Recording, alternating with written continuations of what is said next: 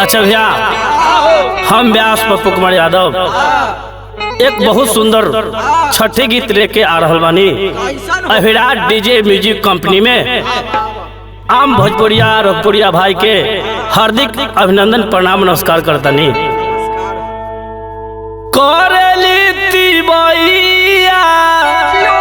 आदित्य गोसाइया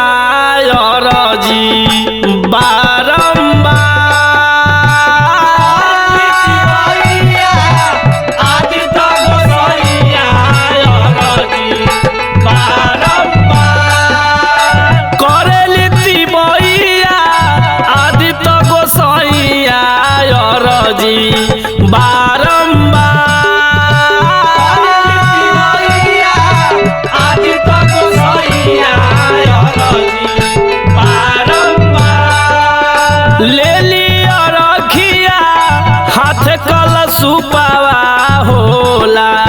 न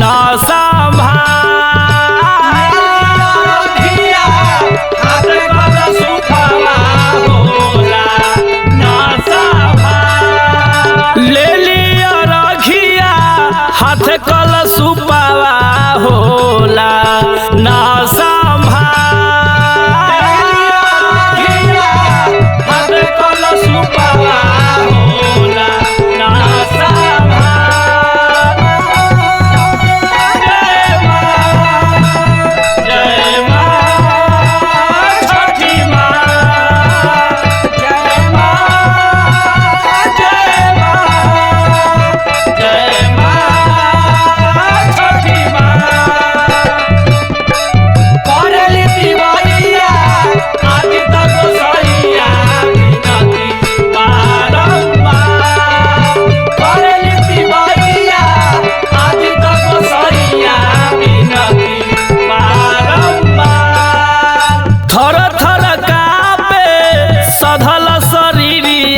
कबल करी इंतजार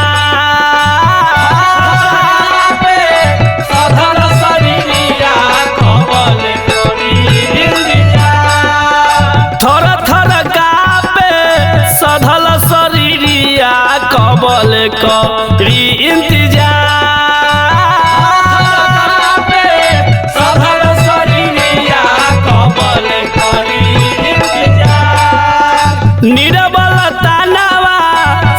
से बदानामा में मिले लाना से बदानामा में मिले निरबल तानावा सौ से बदानामा में मिले लाना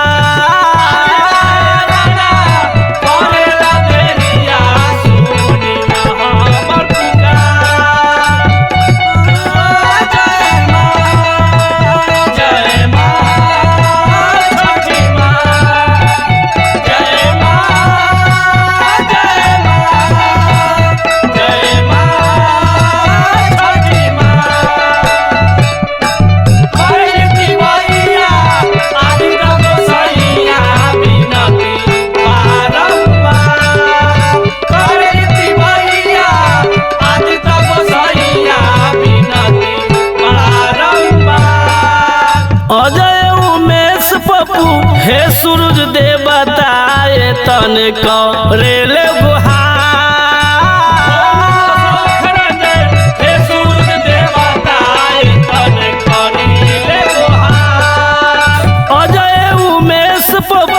हे सूरज देवता तन करेले हे सूरज देवता तन करेले सब पर बैतिन के दर्शन दिखा के करी दाना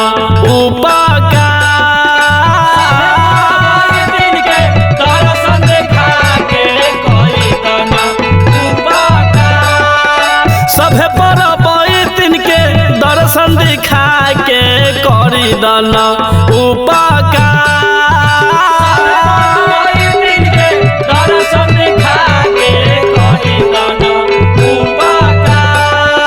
कर लेती भैया